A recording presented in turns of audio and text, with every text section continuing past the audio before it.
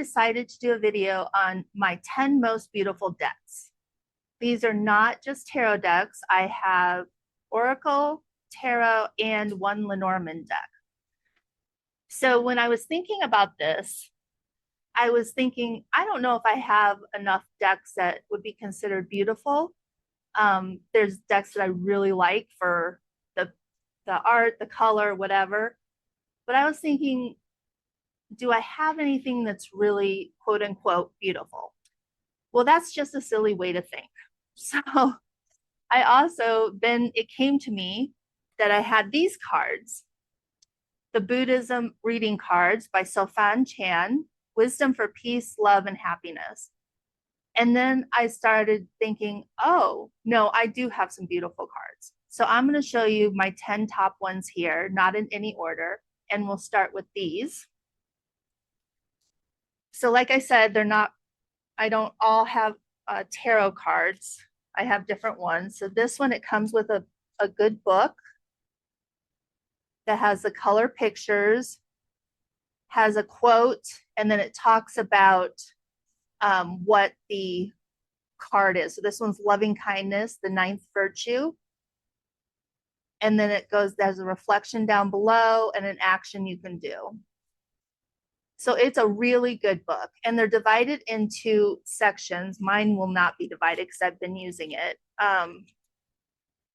But you have the 4 noble truths, the purity cards, the noble eightfold path, the contemplation cards, the 8 realizations,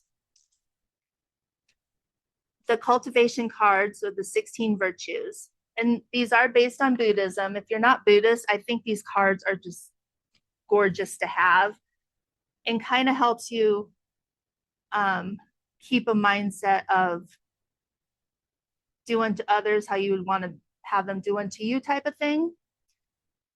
But these are gorgeous.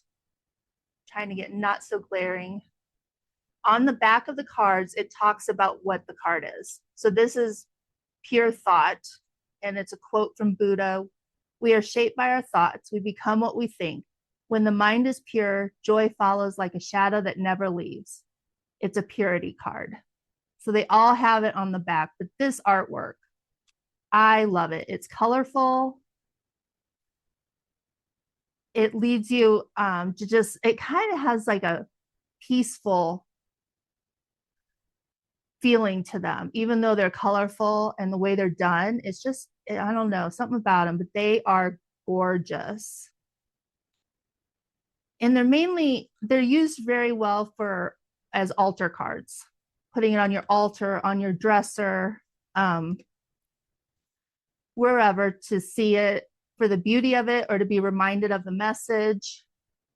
Ooh, look at that one. What is that one? Forgiveness. Holding on to anger is like grasping at a hot coal with the intent of throwing it at someone else. You are the only one who gets burned. That's gorgeous. So yeah, this is what I was like, I do have some cards that I would love to show that I consider beautiful for different reasons. All right, so those are the Buddhism reading cards.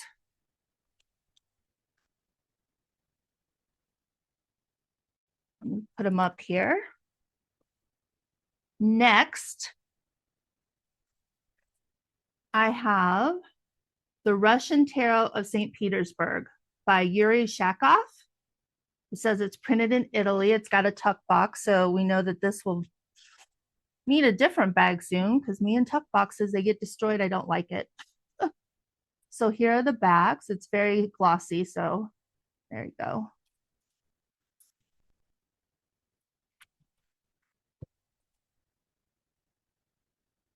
And I think these are beautiful. They're very ornate. I love the clothing on them, the robes and the jackets.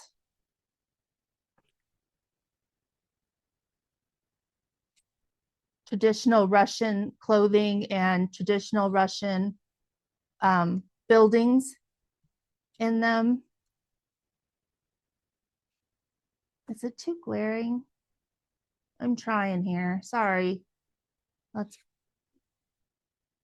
Look, I love that fool. Look at how colorful he is too, and he's dancing.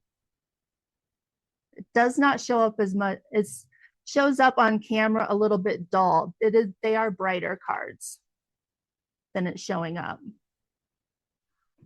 And I'm having trouble with the glare again. Ooh, look at the high priestess. She is beautiful. All right. So this was the Russian Tarot of St. Petersburg. Get it back in the tuck box. My goodness. The next one I have is Botticelli. Oh, we're doing the glare thing again. Sorry. It is by Atanas, Alexandrov, Atanassov.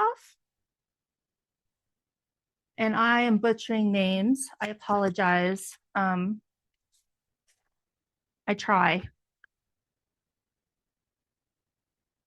But this has, these cards have this gold, which you're probably not going to be able to see. I am really struggling here. Has gold embossing on it. Nope. We are not going to get that to come out, are we? Here, hold on. I'm going to try something.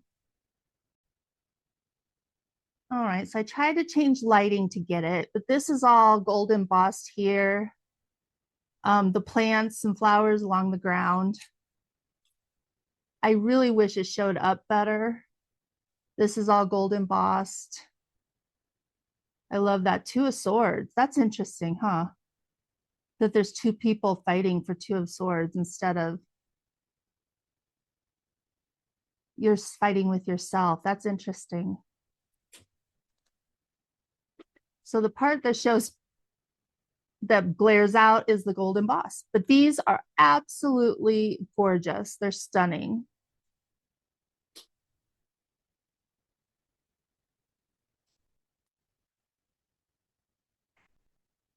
All that gold is, I wish it could show up better though.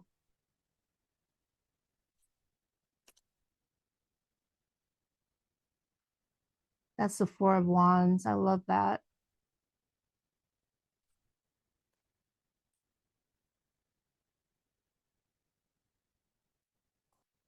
Ooh, look at that, the Devil.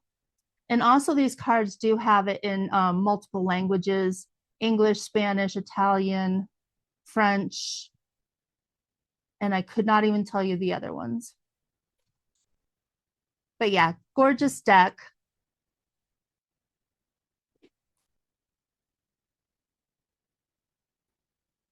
I love it. It does feel like one that you would do more around the holidays because of the gold. For some reason, it just kind of brings that to mind.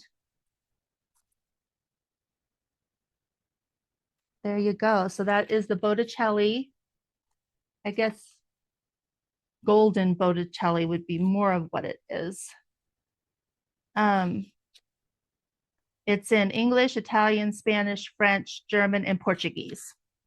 They have the names of the cards on the cards in those languages, plus the little white book that comes with all the languages too, of course. It is Lo Scarabeo. Next, let's see. This one I've shown before, Fyodor Pavlov Tarot, is beautiful because of its limited color palette. Like, it's gorgeous. It comes with this great book. It's a hardcover book. And it has a color picture of the deck, and he talks about his process in creating the card, why he did it the way he did, and everything. And I find that really helpful and interesting. And it also talks a little bit about what the traditional part of the card too. So these are the backs. It is edged in the gold. I mean, these cards are just stunning. I love the colors that are used are just beautiful. And then he tracks them throughout the suits. So cups have this blue, excuse me, this blue. This is coins or pentacles have this goldish yellow. Green is for the wands. Red for the swords. And then the majors, I don't think they have that one's purplish. I think the majors are different. Yeah, the majors have different colors according to the card. Look at that high priestess. That is gorgeous. Absolutely gorgeous. And him, that is, I love the Seven of Wands. I love how determined he looks and how he has his own strength.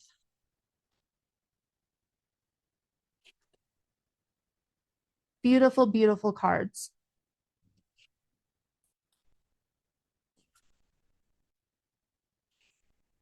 And the colors that are used just really enhance it. The ones, the shades and tones that he chose. There's Death. I love this Death. How she's almost embracing him. That's how I picture it. All right, so that was Fyodor Pavlov by Fyodor Pavlov. Put that one away. Let's see here. Another tarot. I made a bag for this one.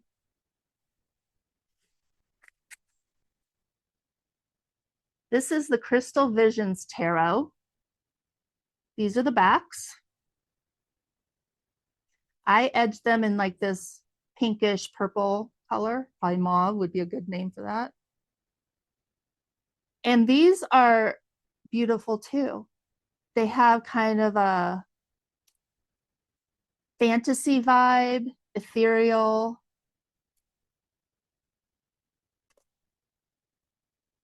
I use this a lot for love readings. When I do get them, this deck reads really well for that.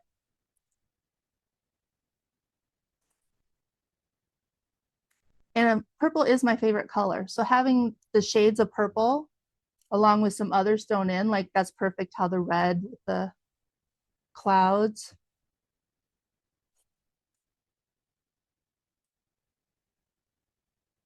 And I apologize if you can hear, my neighbor is probably dancing above me. So I apologize if you hear that. All right. So that was the Crystal Visions Tarot by Jennifer Galasso. It's a US Games. Another beautiful deck. Next, we're going to go into astrology, well, oracle, but the first one I'm going to choose is astrology. Sorry. This is the Heavenly Bodies Astrology by Lily Ashwell. It comes with this book, a hardcover book.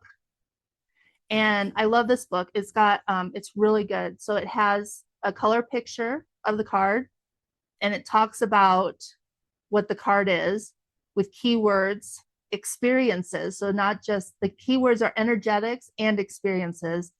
And then the omen is like the meaning, expanded meaning of the card. It comes in a really good box.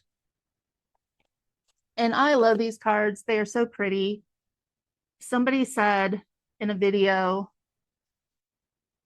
that the author is related to the person who started the shabby chic movement. And I can see that with these colors. So each card has the title and then has keywords down below. So the moon is satisfy emotional needs, nurture self and others. Did I show you the backs? Here's the backs.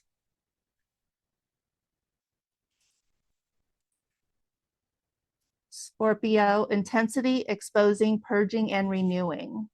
Oops. We are upside down.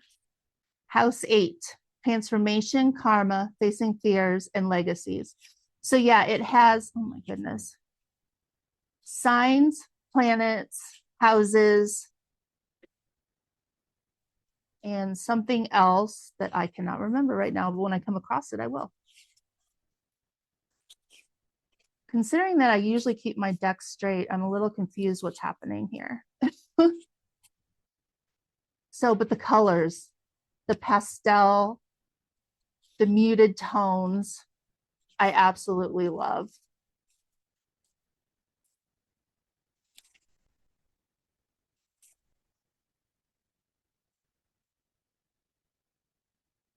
And let me tell you about, so the book, also what I love to do is at the beginning of the month, I do this soul growth spread, which are 3 cards, what you are learning, how you are learning it, and where the wisdom will take you.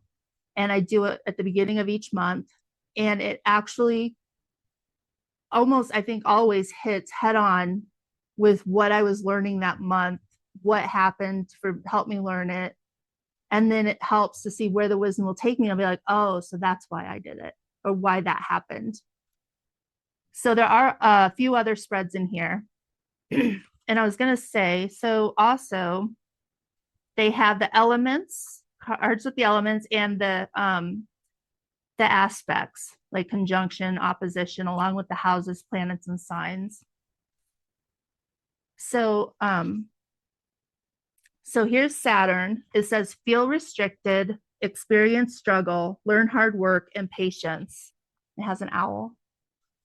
So Saturn here, it talks about Saturn itself. So Saturn is a hard-edged planet of tough love. In this realm, you feel an innate sense of lack, shortchanged, or even doomed. Then it goes on to the keywords. There's more. I'm just not going to read it all. The energetics like restriction, scarcity, patience. Experiences is where you feel inadequate, where you experience oppression, where you learn persistence and self-discipline. I think that's really good that it talks about experiences so you can connect a little better. And then the omen, it's where in your life do you feel a faded sense of lack? Where in yourself do you feel deeply insecure, inadequate? Your guides know the tender nature of these questions and remind you the truth of your soul is innately whole and unconditionally worthy. So it continues on too. So the book is really good with the cards. You get more than just, okay, this is Saturn, restriction, boundaries, and then nothing else. It goes more into it. And the cards are beautiful. Has the symbol up there for them too. Here's a sextile one. Shows you the symbol, and then this is in the chart, 60 degrees, makes a sextile. Yeah, beautiful cards. That's the Heavenly Bodies Astrology deck by Lily Ashwell. And mine gets a lot of use. Next, we have Colette Baron-Reid's The Spirit Animal Oracle. This one, the colors, again, are beautiful. Here's the guidebook. It's a good chunky guidebook. Colette Baron-Reid, her cards, her guidebooks goes so much into the cards that I always end up looking at the guidebook when I'm reading her decks, because there's just so much in there that she put in there, and it always hits home. And in the guide, they have the oracle message and then the protection message for the cards. It's a great box. Love this box. These are the backs. Gorgeous. Love. And here we go.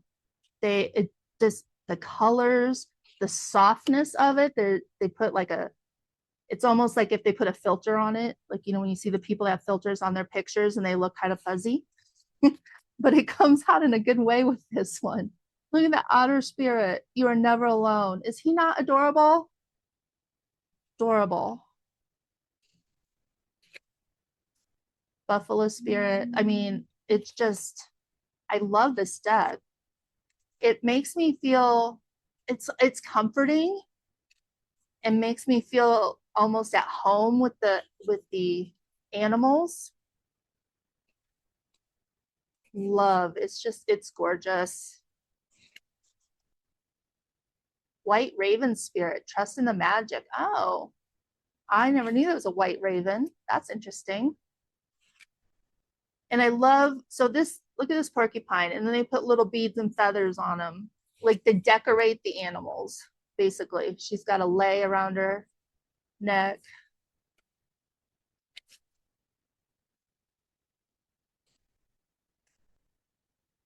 Love, love, love.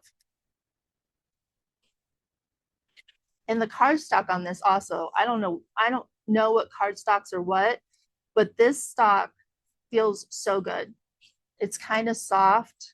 It's the right thickness.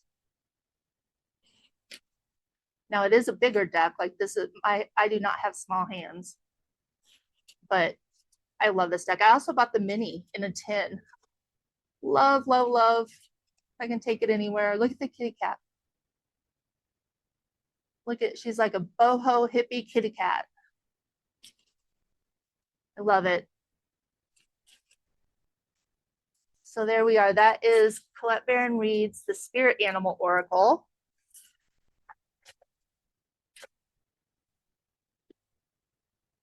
I've shown this one before, Mystical Healing Oracle by Ina Segal and illustrated by Jake Baddeley. Intuitive guidance to transform your soul.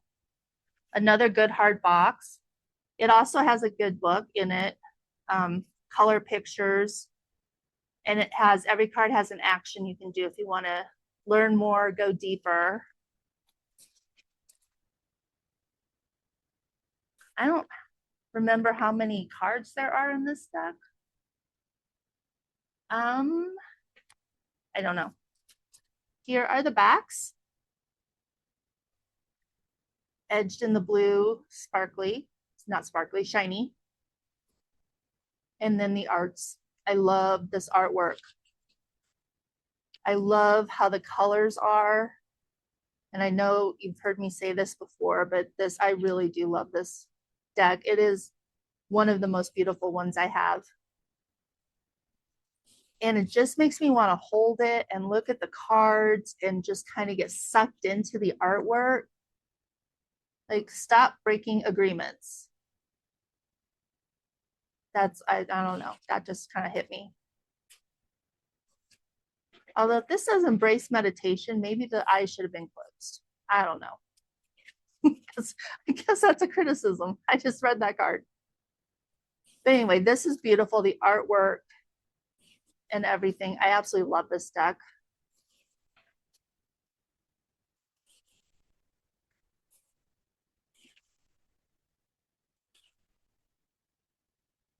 Yeah, beautiful.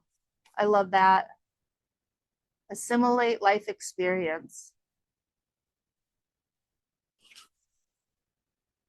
Examine your integrity. I've said this before. Are you the puppet or the puppet master? What's going on? And how do you break free?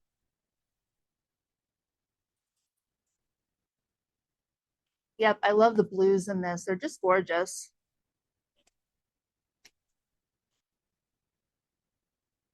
The only one that goes landscape side is unlock your heart. Oh, look at that one. Practice positivity, and she's got a lamp, looks like a lamp in her suitcase. Like she took her home and she's going somewhere else.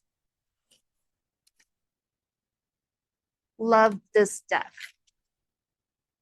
Mystical Healing Oracle. Gorgeous cards, great meanings. Last oracle that I pulled out is this Tree of Life Oracle by David Wells, artwork by Roberta Orpwood. This is 44 cards by Hay House. It's got a good little book too. It's got a lot of info. for what the card is, the features, guidance, and then to activate that part of the tree of life for you. This is the back.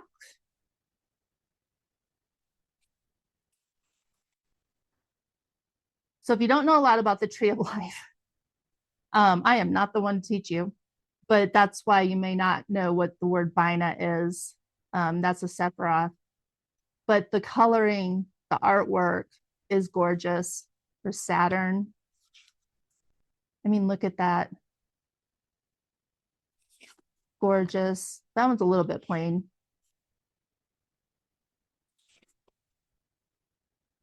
Love this artwork. It's beautiful.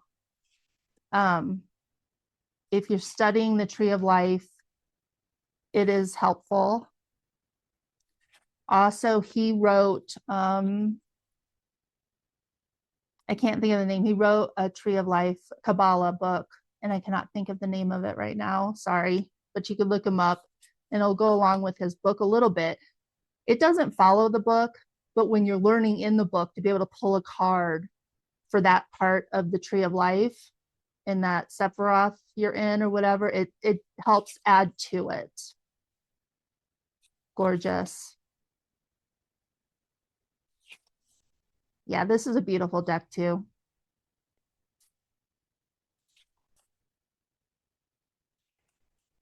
Look, oh, I love a rainbow for temperance.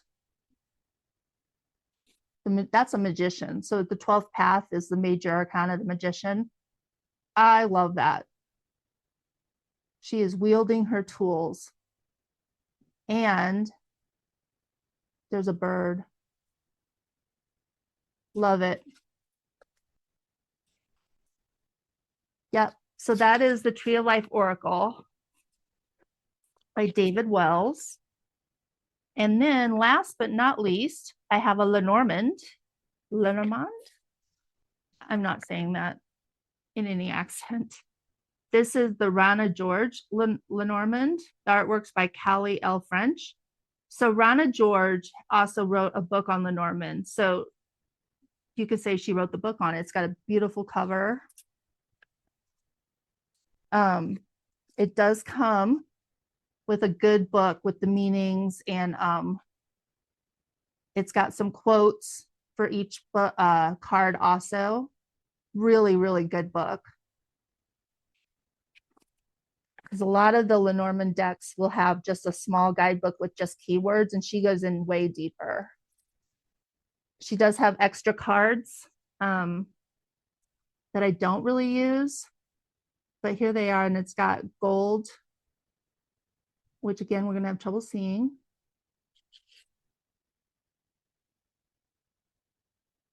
Well, it doesn't help if you can't see it. They're beautiful though. So there's gold here, the numbers and symbol, and around the inset. They're gorgeous, and they're a good size. They're not oversized. Some Lenormand decks are oversized, and then I always lay out a grand tableau, so it's really hard. And did I show you the backs? Can't remember. They're the backs. Beautiful, beautiful Lenormand deck.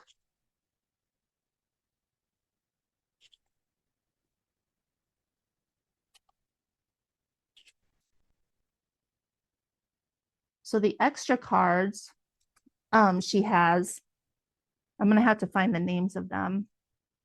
Let me see here.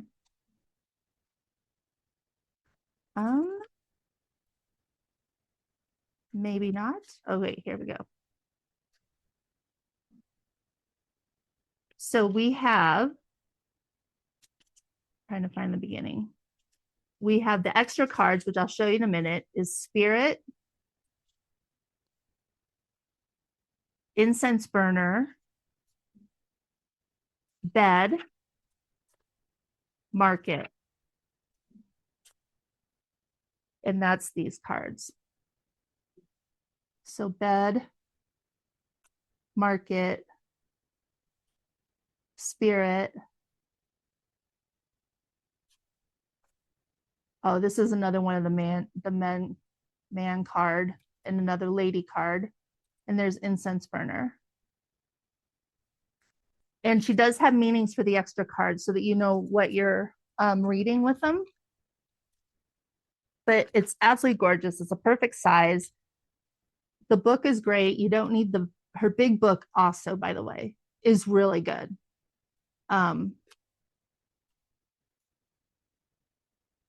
She approaches it a little different. She's been reading Lenormand like, I think basically her whole life.